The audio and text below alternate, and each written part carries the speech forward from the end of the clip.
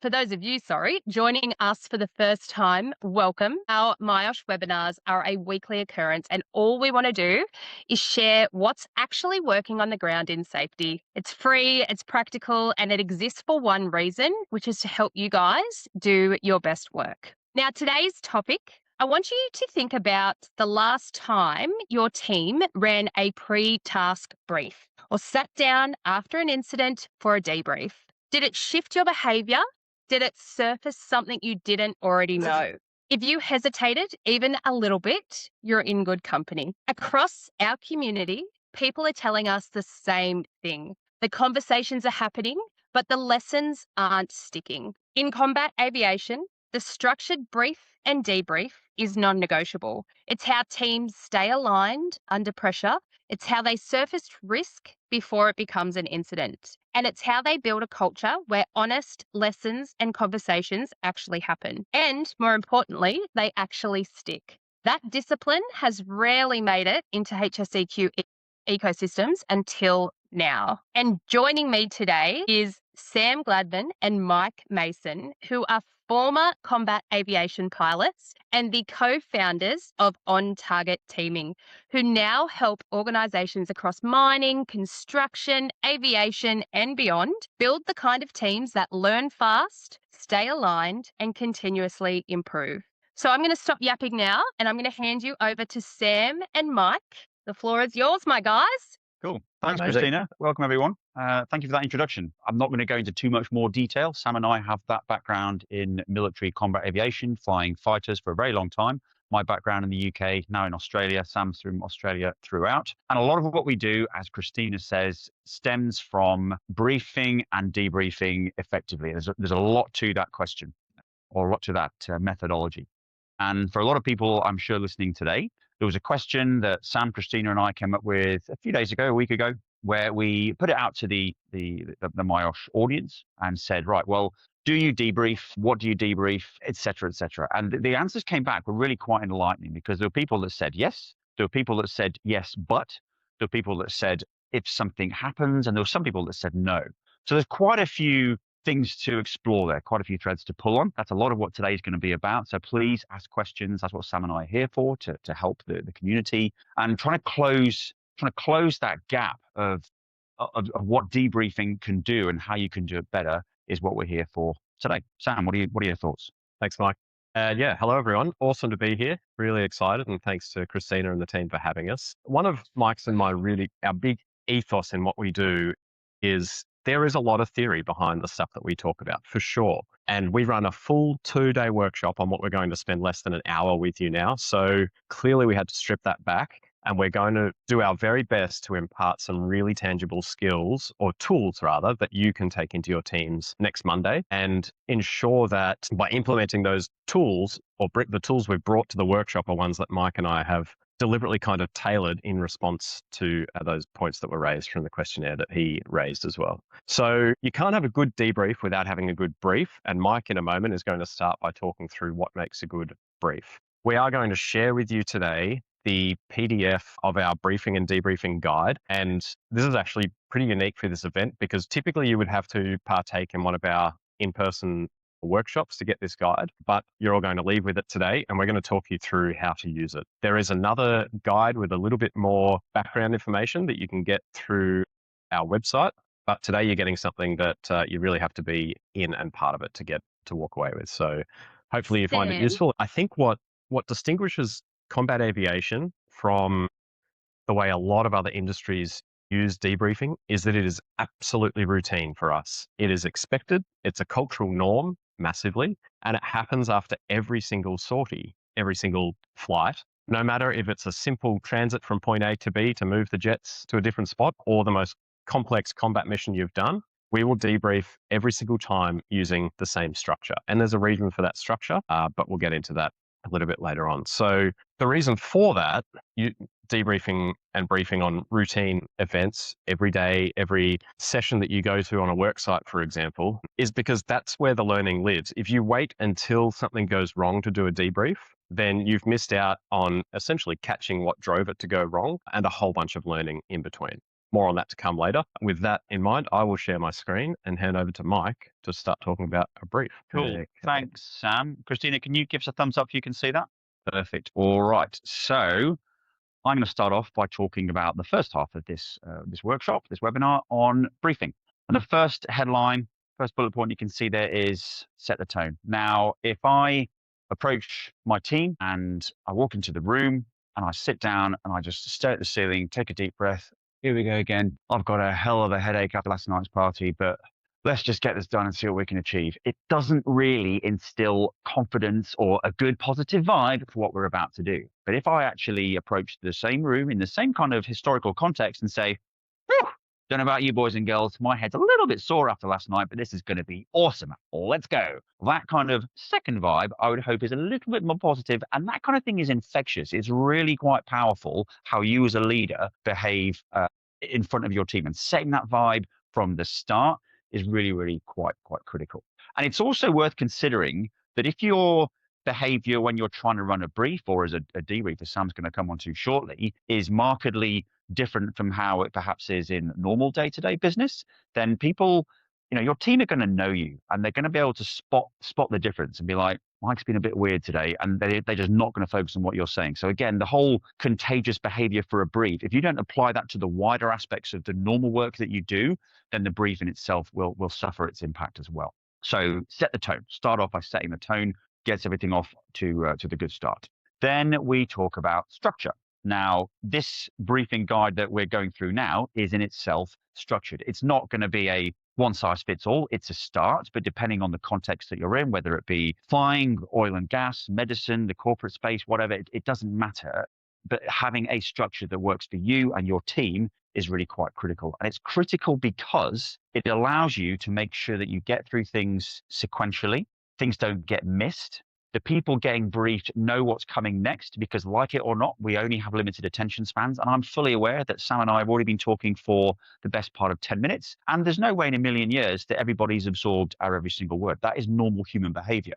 But by having a structure, that helps cover the gaps there and ensure that the important things don't get missed and do actually get covered by everybody. Then we need to set out the aims, the objectives, and the goals for whatever it is we're doing, whether it be a combat mission or an operation or a business project, whatever. And the term SMART goal is fairly well used, well understood, specific, measurable, achievable, realistic, and time-bound. What I see, or what Sam and I see quite a lot of in our workshops when we run some computer simulations where people get introduced to a briefing and debriefing cycle, is they'll come up with a goal of, well, we just want to get better, we want to go faster, we want to fly further. But that doesn't help. You have to set yourself specific objectives, specific goals, so you can actually measure your progress and then identify afterwards where there were gaps or where you actually achieve things. So it's really important to do that. How do you define your overall definition of success? What is the overall aim of what you're trying to do? And then supporting objectives that may well help fill that in. And then afterwards in the debrief, which Sam will come on to, we'll look to see if we actually did achieve those. Then you've got roles and resources. This could be your people, is a pretty good start. And you're going to have marketing specialists, HR, sales, legal, perhaps, whatever the industry you're in, you're going to have various different people who do their specialist roles within your team. And those people will have access to certain forms of software or certain finances, the hardware, shops, warehouses, whatever. You're going to have the roles that the people are going to fulfill, and you're going to have the resources that support those roles as well. And it's really important that the whole team is aware of the various roles and the resources that go with those roles, because that way people will know that if let's say Sam is struggling with a particular role, but I've potentially got some resources that can help him, then I know that halfway through a potential project, I can actually jump in and help Sam. And vice versa, if Sam actually manages to achieve what he needs to achieve quicker than expected, he can potentially support me. So knowing other people's roles and the resources that they have and allocating those at the start is quite critical. They may evolve as the project goes on, but again, having that understanding, building that shared mental model is really quite critical. Next one is contingencies. Now, this kind of relates a little bit to what I've just talked about, but it's important to consider what's going to happen when things go wrong, or what could go wrong if resources become scarce, or if the market changes, or if you have a computer software crash on a moment critique, which, let's face it, is relatively common in the IT world we're in these days. But having an idea and a plan to start with for if those things happen makes you much better prepared for if and when they actually do. Now, I appreciate there are a million different potential contingencies out there that could be a factor depending on the context of the situation that you're in. And a really good way that we try and do it, certainly from the military point of view, which I think covers a lot of bases in the external normal world as well, is we look at the most likely thing that could go wrong and the most dangerous thing that can go wrong. So from the military background, we're facing an enemy threat, and it's like, right, what do we think the enemy is most likely to do based on their capability, what they perceive from us, etc. So what's the most likely problem that we're going to have to deal with if we don't get things going as we'd like? And we'll come up with, again, potentially modifying people's roles, the resources we're going to need, where we're going to have to reallocate what we have in our team to deal with the most likely contingency. So that's our first sort of contingency that we might want to deal with. But then we want to look at what's the worst thing that could happen? What's the most dangerous thing the enemy could do to us? What if the team leader drops dead? Who's going to be the person to actually step up and fill in that role? What's really, really critical? So by covering the most likely scenario and the most dangerous scenario, you've probably covered, 80% of the things that go wrong. And it gets people at least thinking about the possibilities so that when another contingency goes wrong, or a slight variation on the most likely or the most dangerous, you're far better placed to deal with anything that actually happens as well. The next one I'll talk about is encouraging assertion. This is a really critical part of helping a team work effectively during a brief or a debriefing process, or even during the execution itself. Psychological safety is a relatively well understood concept these days, certainly on paper. Actually making it work in the workplace is a bit more of a challenge. And what leaders do is far more important than what leaders say. I'm not. We can go down various avenues if we want to talk about psychological safety later. But I would say that if you want to really get the most out of your team to achieve those aims that you've set for yourself earlier in your briefing, your plan, you need to have the culture, the atmosphere within your team, such that people feel comfortable putting their hand up and saying, "I've got a question," or "I don't understand that," or "This plan's rubbish. Here's a better idea." Having that level, having that culture, having that system to support that level of assertion is really, really critical. And a real key tagline, which you can probably see at the bottom of the screen there, that I think is really important to get across: none of us are as smart as all of us. You might think you've got all the great ideas, but I can guarantee you, as a team, you'll have a much better idea overall. And getting those ideas out of the team requires the culture where people will stand up and be counted, as it were. Not necessarily in a confrontational way, but just enabling those sort of contributions. And the final one, Sam, can you just scroll down to make sure I don't mess this up? Thank you. The final bit, check understanding. I've been talking for, I think, about 8 or 9 minutes now, maybe slightly longer. There's no way everybody's paid attention to every word I've said. That's fine. But what's critical is that at the end of the brief, you elicit from your team that they've understood the important parts of what you're trying to get across. Because if you've just gone on transmit and you don't actually make sure that information's been received, it could be a complete waste of time. And a real critical part of checking understanding is not to say, "Are there any questions?" Because unless you've got those really high levels of psychological safety where people definitely feel comfortable questioning everything, the answer to the question, "Are there any questions?" will be no questions. And if you say, "Do you understand?" people say, "Yes, I understand."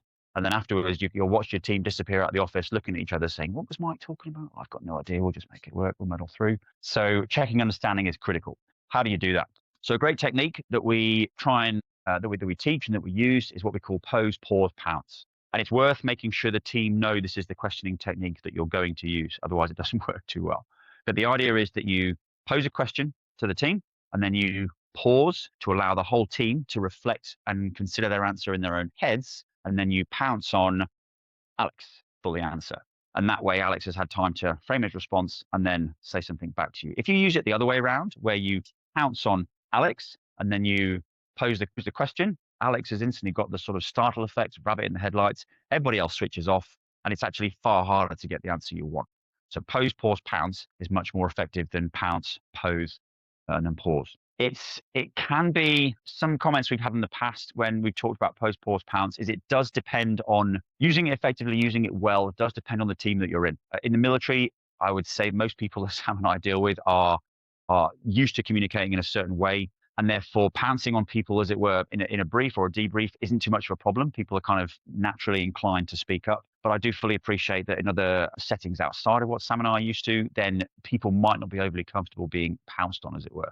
That's something to think about. But again, knowing your team is critical to understanding how effective that's going to be. Within the question that you ask, again, you don't want to ask what we would call a closed question. So an example of a closed question is one that has a yes or no answer. Do you have any questions? The answer would often be no. Do you understand? The answer is often yes. Those are closed questions. Whereas actually, let's say in the corporate world, it's going to be a case of, right, on Monday next week, Sam, I want you to start setting out the parameters for a given project. I would say, okay, Sam, on Monday, tell me what your plan of action is. What are your thoughts based on what I've said so far? And that would be Sam's way of actually getting a conversation going and really proving that the understanding's got across.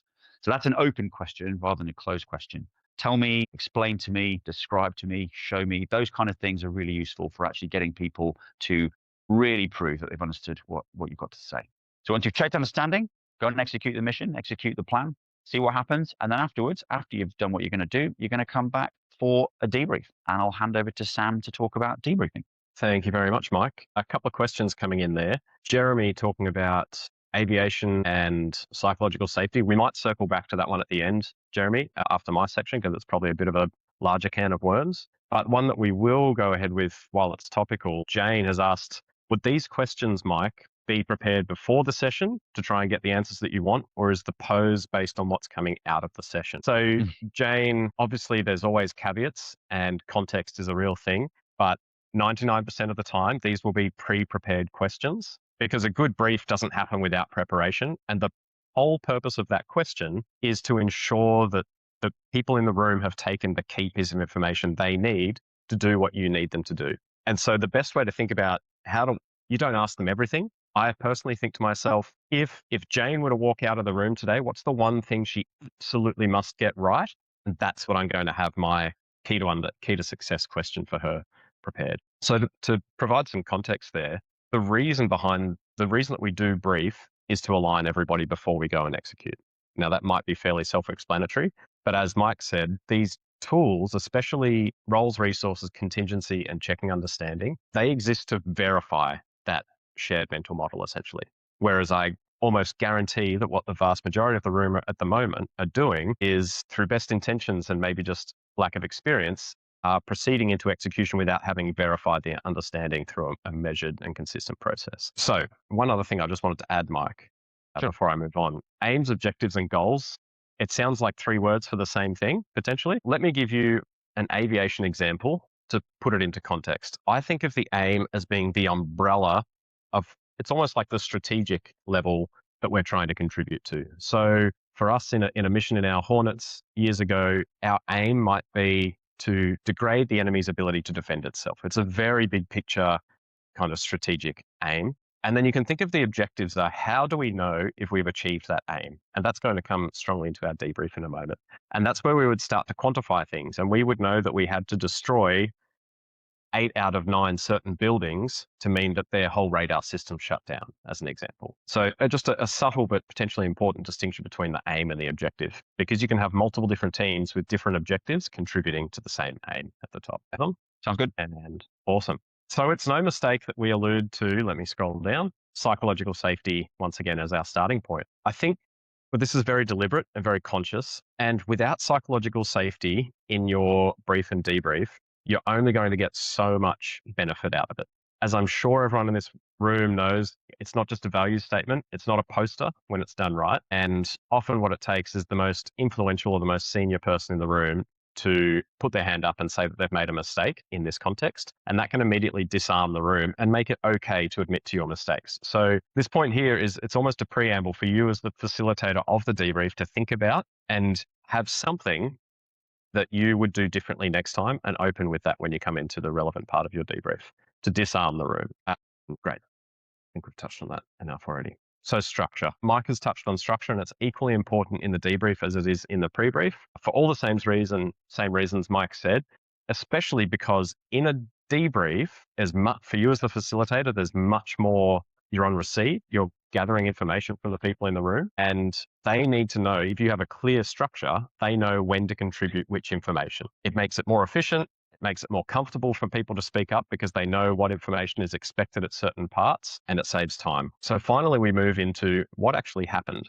Now, this is going to depend a lot on the context that you're debriefing as to what resources you have to tell you what happened and how much time and effort you can spend eliciting the sequence of events of your period of execution. Let's call it a day's shift in a mine. The 2 points we have there are facts, not feelings, and timeline, decision, and outcome. So it is so easy for us to sit down with the benefit of hindsight and say what we think happened and why we thought it happened. But if you've got the benefit of recordings or even just sitting around a room and saying, this happened and this happened and this happened, with various people providing their opinions, you'll start to gather more facts about what happened and not opinions about what happened. And really getting down to just the outcomes of the day is one of the most important things you can do to facilitate a great debrief. Now, what's really going to help you to determine the outcomes is to start with your objectives. So remember in the brief, we spoke about having our objectives, and the example I gave was destroying 8 out of 9 buildings. Now, if we come back and we say, okay, did we achieve our objective?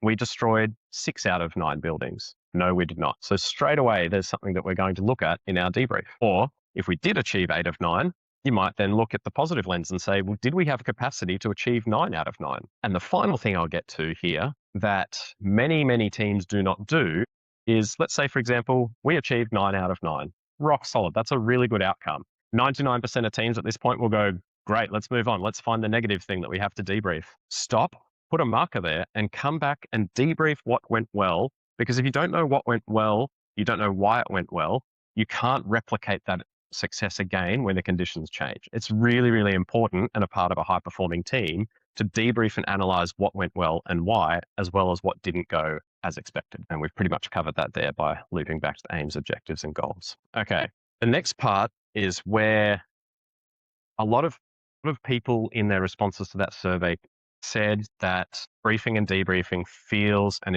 is understood to be culturally a tick box exercise, and it doesn't achieve anything. And I would argue that a big part of that is because Mike and I like to say so often in these processes, you've got lessons identified, but rarely are the lessons actually learned. So how do you take a lesson that you identified in your debrief and make it a lesson learned, not only by the people in the room, but by the organization for the next shift, for the team 6 months down the road when all of these ones have moved on to a different site, for example? And we have an acronym that's a slightly reappropriated tool from our flying days for you to use, and that is CACA. Doesn't sound very nice, but I guarantee you it's effective. So the first C stands for a contract. Now, you as the facilitator in a debrief, you identify something that needs to change next time or something that could have been done better, differently, that you would do differently next time. Straight away, you need to create a contract with someone in that room. And typically, I would encourage someone to be taking notes here. And it might be after this, Mike, we stepped on each other's toes in our MyOsh webinar. So next time we're going to have better role clarity. We're going to achieve that by X and Y. But I say, Mike, you are responsible for implementing that change into our documentation. You are the person that is going to make that happen, and you're accountable for it when we leave this room. Being very, very specific about what will change, not just, hey, we need our communication to be better. It would be, I've chosen a slightly poor example with that stepping on each other's toes, but my procedure X needs to have this specific change put into it. And the next part would be, making Mike accountable for that change. If you apply accountability to a group or a team, it will naturally fall over because people aren't being held individually responsible for it. And so it dilutes the accountability essentially. So I would really strongly encourage you to make an individual person accountable for the change, for the lesson. Finally, you need to decide on what is the best means of communicating that change and when is it going to be communicated? And again, tie a specific deadline to the accountability. And finally, what is the action? So I've spoken a bit across borders there, but essentially you're going to say what needs to change. You're going to say who has to make that change or who's responsible for the change. How are they going to communicate the change? And what is it actually that's changing and what action needs to be taken? And if you can do that consistently and document it, or rather have it allocated to a person with the time to check up on them coming out of a lesson, out of a debrief, sorry, then your lessons will become learnt. And crucially, from a cultural perspective, if your teams start seeing actual functional change coming out of a debrief, then it immediately becomes not a tick box exercise, right? Because it's invoking change. And the more they see that change becoming effective, the more they'll speak up because they see that speaking up actually adds value. And that's really what we're getting at here is debrief can add massive value if the change is implemented back into the system at whatever scale is appropriate for your context. If not, it's an investment in time and effort with no return. And that is why Mike and I are so passionate about briefing and debriefing as a very simple tool that can have really disproportionately large impacts. Mike, anything to add before we jump into the Q&A? Mainly in the context of one of the questions, actually, Sam, which came in from Jane about 4 minutes ago. And it was before you talked about CACA, but I'm going to go to that last question first, because I think it does help put some meat on the bones for some of the things that you've just been talking about. So Jane asked, should those who work in the area but not on shift be part of the debrief process? Now, what I think it's worth putting into context here is that question could be interpreted several ways. Like, is the debrief process the debrief in the moment with those people happening, and you just get extra people to come in and out, or to come in from outside? Or is the debrief process, or does the debrief process extend beyond what's happening right now? And I would argue that it depends, Jane, is probably the short answer, but it depends on the severity of what's going on. If somebody's just lost an arm in an industrial accident and things need to be identified right there and then, and you've got people off shift, then yeah, maybe call everybody in to actually deal with things right now, because that's critical. If it's, let's say, less important, like somebody may have had a near miss, they could have actually injured themselves, but they didn't, and it's because of something to do with the procedures or the equipment you're using, and that needs modifying, then you would put that information, disseminate it however you would disseminate that sort of information, whether it be a weekly catch-up or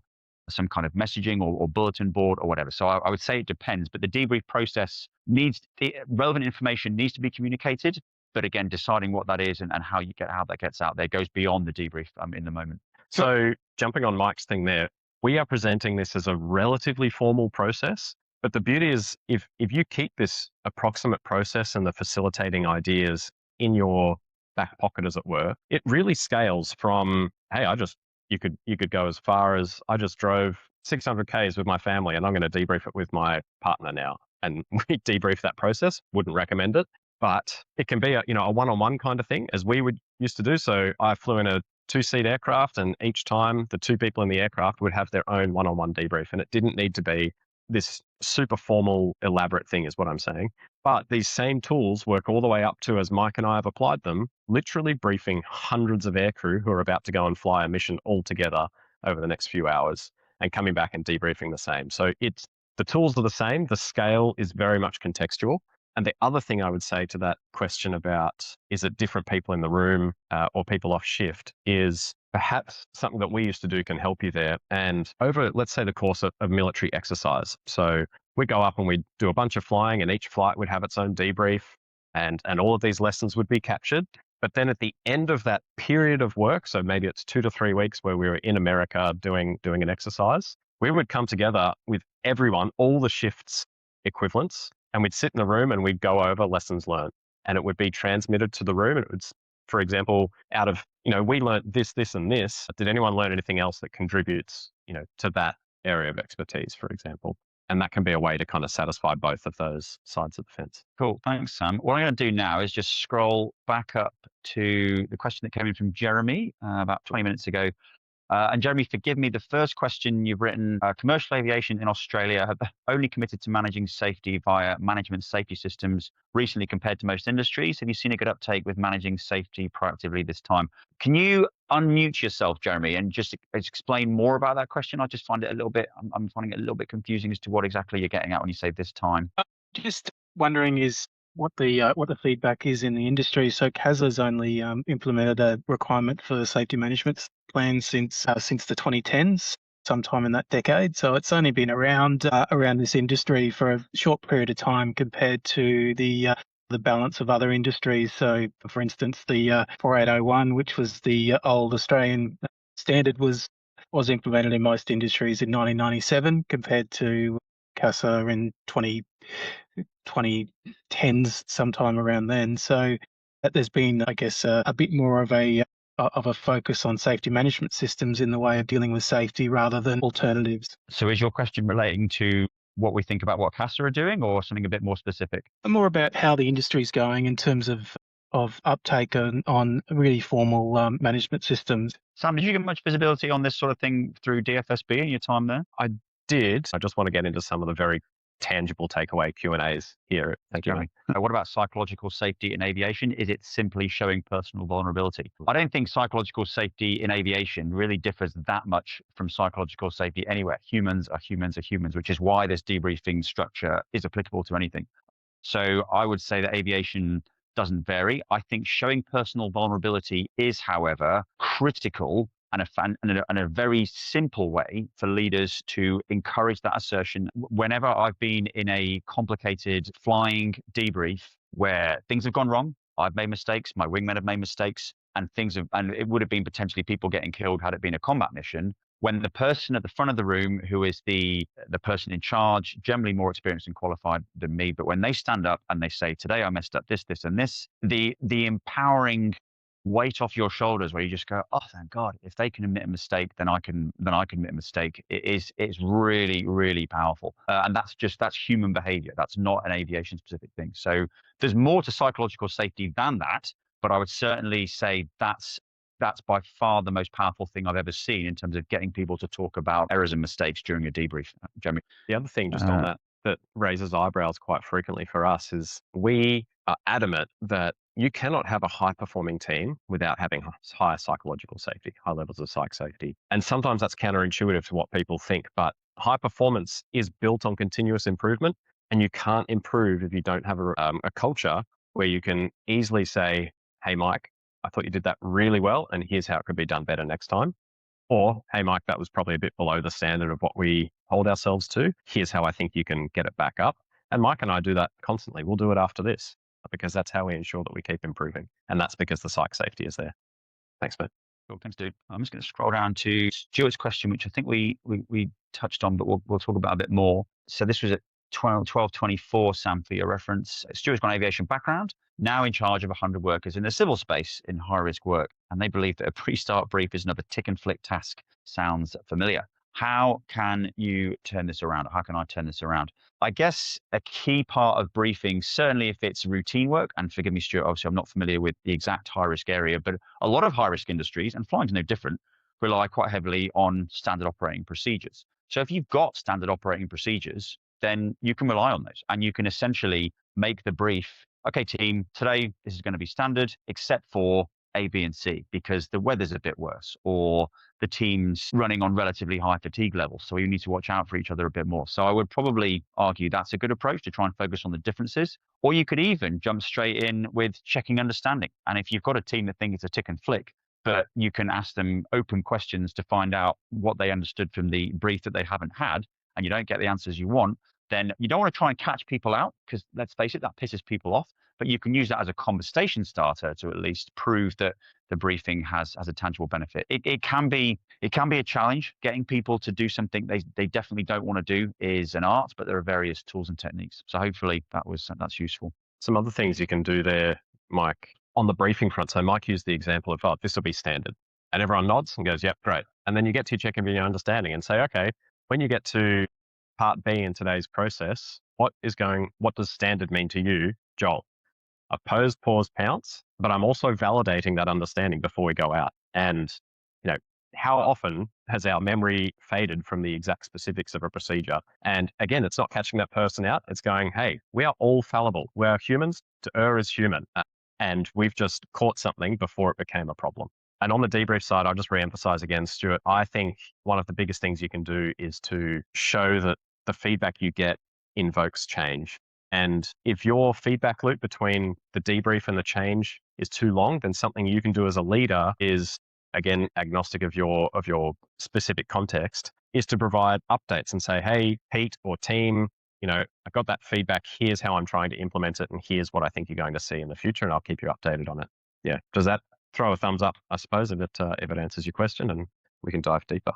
Cool. In the meantime, there's a question from JD, came in at 12:26 to help you find that, Sam. So it sounds like objectives and measures of performance and measures of effectiveness, and that is what confirms if we have met the goal or not. You have to have, I would say, clearly defined, or at least within the context, as clearly defined as you can, measures of success with like sub-objectives to identify if you've achieved the overall strategic aim. That's kind of a very simple, broad brush way of saying it. What I think is really worth considering, though, is that, Sam talked about the combat or even the training scenario in aviation of you have to bomb 9 out of 10 buildings. But if you successfully say you've bombed 9 out of 10 buildings, but actually somebody completely fluked it and managed and just by sheer luck got through a surface-to-air missile engagement zone, then it's like, wow, a big question to ask with a debrief, especially when it comes to just looking at outcomes, is, were you lucky? Did you achieve the outcome because you were just lucky and you got away with it, or were you actually good? This is something I see an awful lot in the diving space. So I do a lot of human factors work in the scuba diving world, which I don't want to go into too much detail, but that's a very typical area because it's recreational activity where people say, oh, we went underwater and we had a good time. Brilliant. Everybody got wet. Everybody survived. But it's like, if you look back at the chain of events or the chain of decisions, it's quite scary sometimes how often people just get away with things but don't reflect on those arguably poor decisions and see what they can change because they just look at the outcomes. So while those specific measures of performance are appropriate, it's also important to look at the decisions that went into them. Were they valid? Did you just get away with things?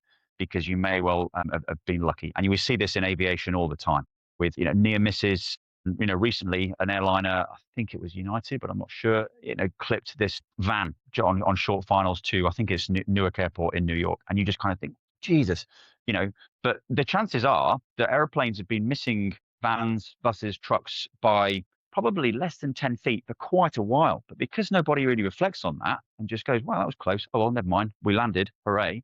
Then all of a sudden it takes an actual van getting taken out by an airliner's wheels before somebody goes, oh, we better do something about this now. The mid-air collision over the Potomac a couple of years ago now, where the helicopter flew into the aircraft on finals at night. Again, those near misses were not a new thing. They'd been known about for a long time. But unless you reflect on the process and the decisions that almost cause something to go wrong, when something does go wrong, you shouldn't necessarily be surprised. And a way that you can do that, actually, feel free to connect with me on LinkedIn. I shared the other day, I found in my old flying helmet bag my actual real world guide that I used to use to keep my debriefs on time and on structure. So there's a picture of that to give you an idea of the detail these can go into. But coming from our objectives and Mike's point of, were we lucky or were we good? We would look at the outcome being the objective typically. And it was, okay, was execution in accordance with what we briefed? And if not, why not? And was with what we planned? And was execution in accordance with the brief? And was the brief in accordance with the plan? And by pulling each of those threads, again, apply it to your own contexts, you start to identify, well, maybe actually our plan was too complex. If a lot of people were getting it wrong, either the brief wasn't effective or the plan was too complex and so on and so forth. And you can work out how to fix things that didn't go so well or replicate things that did go well. Paul says procedures and processes may or may not be different per shifts with different workers and different experiences. Totally. Variability is a thing. It's often a good thing. If and where you can, I would encourage you to ensure that over shift swaps or periods of time, you start to cross-pollinate those shifts. And funnily enough, actually, though this is not a sales pitch, something that Mike and I do in our workshops is we teach this art of briefing and debriefing through a simulation of jumping in a spaceship at its most basic. And naturally, we'll have teams of 4, and they all start to develop their own little idiosyncrasies and how their own standard operating procedures within the 4. And then we throw the cat amongst the pigeons on the second day by mixing up the teams. And everyone thinks they've developed great briefs and debriefs and standard operating procedures. And then you cross-pollinate the teams. And put it this way, it puts a lot more demand on the briefing and debriefing skills. So I think, again, you can learn a lot by mixing up those teams. Cool. Thanks, Sam. A question from Oscar that came through at 12:42. Do you have any suggestion when you try to brief on critical controls with an operative team, other than saying, trying to emphasize on what is actually critical? And forgive me, obviously, that's a relatively open question, Oscar. But one of the things that I think is important, and I'll just go through it in a bit more detail, is people have a finite attention span. I think I've said that 3 times now in the last 50 minutes or so. And therefore, when information is critical, you have a critical control, then a key behavior with that is to say it with emphasis, put a pause slightly beforehand, hey team, this is important.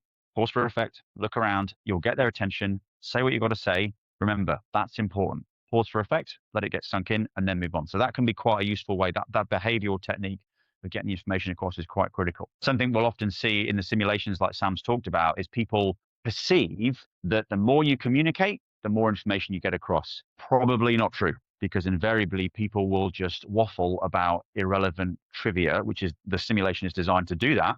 And it's only when people debrief afterwards and put it together and go, yeah, if I just transmit all the information that I can see on the screen, the important stuff just gets lost in the wash. So how you get the team to focus on the important things, and there are several ways of doing that, but making sure that that information has been absorbed in the right way and understood correctly is really quite critical. Oscar, let us know if you want any more information on that. I can see that Paul kindly offered a couple of things, which is helpful. Might jump into a comment here. So the brief and debrief process introduces and reviews the task.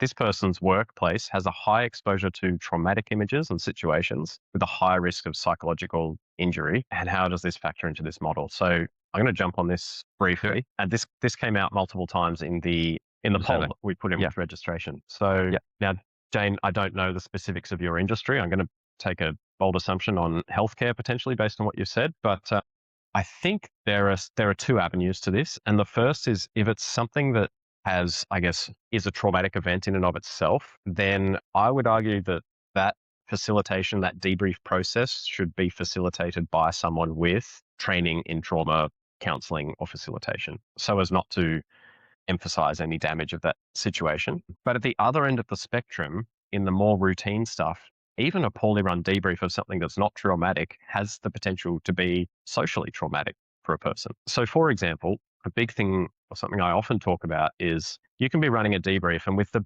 best of intentions, you can sit down and say to someone, hey, I'm trying to get to the bottom of this.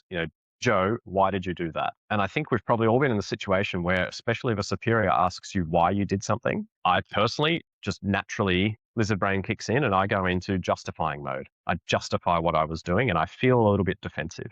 Whereas if you as the facilitator can say, hey, Jane, I noticed that this happened and this was the outcome. What were the cues that led you to make that decision? Or what influenced the decision that you made there? And you immediately just detach, just through some simple language, the decision or the behavior away from the person. And that can be very, very powerful. And perhaps, Jane, between those two answers, you can find something that applies to your own context. And of course, very happy to chat more offline if you would like. Yeah, Christina's just put a comment on there. We did this as parents as well, to track from blame and anger, try to understand. That relates very much to what you're saying there, Sam. It's not what you say, it's the way you say it. Yeah. It's, I think, really quite critical. From what I can tell, team, I think we've answered most of the questions. However, there's obviously some really helpful comments in there from people to contribute, which is brilliant. Thank you. Sam and I certainly don't have all the answers. If there's a question in there that we haven't answered, or obviously any more questions, we've still got as much time as you like, then please feel free to type anything else into the message box. We are here to help you. Otherwise, Christina can take over. Thank you so much. I wrote so many notes down because I was like, yes. One of the main things that I found was the contract, the authority, the C, the A, the clarify, and all that sort of stuff. I used to work in sales. I mentioned that earlier. And one of the main things that we learned were always listen, share, clarify, problem solve, and then ask for action. So it's always like making sure you understand. And I found that when you're talking about the whole taking a pause, this is important. And then also ensuring that somebody is given the expectation that they've got to do the change, they've got to action the change, they've got to be the person that takes accountability, makes all the difference. Because you could be in a meeting, you could be in a brief, you could be in a debrief or anything like that, and say somebody says, okay, we need to do this. This needs to happen. This change needs to happen. But then everyone just sits there and assumes someone else is going to do it, and it just never gets done. So it's so important to actually give someone that accountability so that it does happen. And then everybody's going to keep them accountable. It's just a flow-on effect. So yeah, I wholeheartedly agree with everything that you've said, and I can't thank you guys enough. This was so great. There are a few comments coming through. Sue, Jane, you've been amazing. You keep asking all the questions. Thanks, Thank you so much. Yeah, thanks, Jane. Guys, Christina, can you read anything in those things there that you want to touch on quickly before we wrap up? There's one thing I just want to add. Thank you for that. Especially for those of you who don't currently brief and debrief routine work, I wouldn't encourage you to start straight away with sitting everyone down with a formal guide and whatnot. But a tool Mike and I love, a simple question, is as you come off the work site or whatever your context is, just ask someone or the team, hey, what surprised you today? And start there. It's a super simple question, and it can be so enlightening to discovering where things are varying from, this classic workers done versus workers imagined, etc. I love that. I don't know if anybody else as a parent, when they pick their child up from school even, and you say, oh, what did you do today? And they just say nothing. Oh, they could have gone to Disneyland. They could have gone anywhere and they'll tell you they've done nothing. But if I say, what surprised you today? I wonder what reaction I'll get. So this is going to be fun. I'm going to test that out this afternoon. Again, thank you so much, guys. I've absolutely loved this. As I mentioned earlier, you will all be receiving a copy of the briefing and debriefing guide that was shared today. If you weren't able to access the link that I shared in the comments. And I will also include in an email later on this evening a copy of this recording, as well as contact details for both Mike and Sam. Again, thank you so much, everybody. And we look forward to seeing you at the next MyOsh webinar. Thanks, guys. Thank you, everyone. Thanks. Bye. Thank you.